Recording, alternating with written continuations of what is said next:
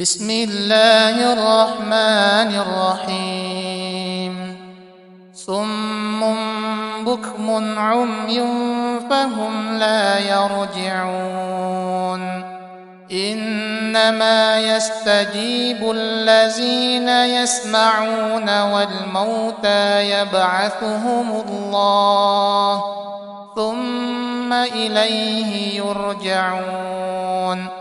ولقد زرأنا لجهنم كثيرا من الجن والإنس لهم قلوب لا يفقهون بها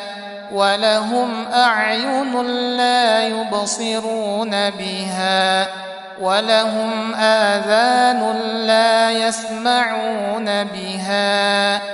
أولئك كالأنعام بل هم أضل أولئك هم الغافلون ولا تقف ما ليس لك به علم إن السمع والبصر والفؤاد كل أولئك كان عنه مسؤولا وهو الذي أنشأ لكم السمع والأبصار والأفئدة قليلا ما تشكرون ثم سواه ونفخ فيه من روحي وجعل لكم السمع والأبصار والأفئدة قليلا ما تشكرون قل هو الذي أنشأكم وجعل لكم السمع والأبصار والأفئدة قليلا ما تشكرون إنا خلقنا الإنسان من نطفة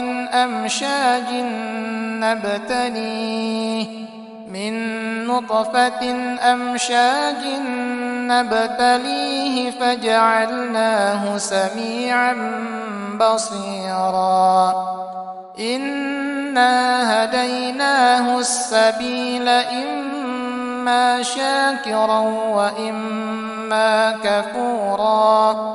قل أوحي إلي أنه استمع نفر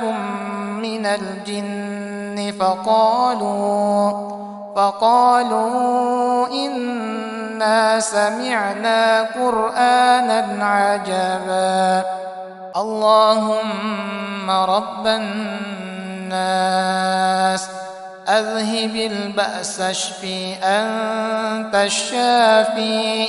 لا شفاء إلا شفاؤك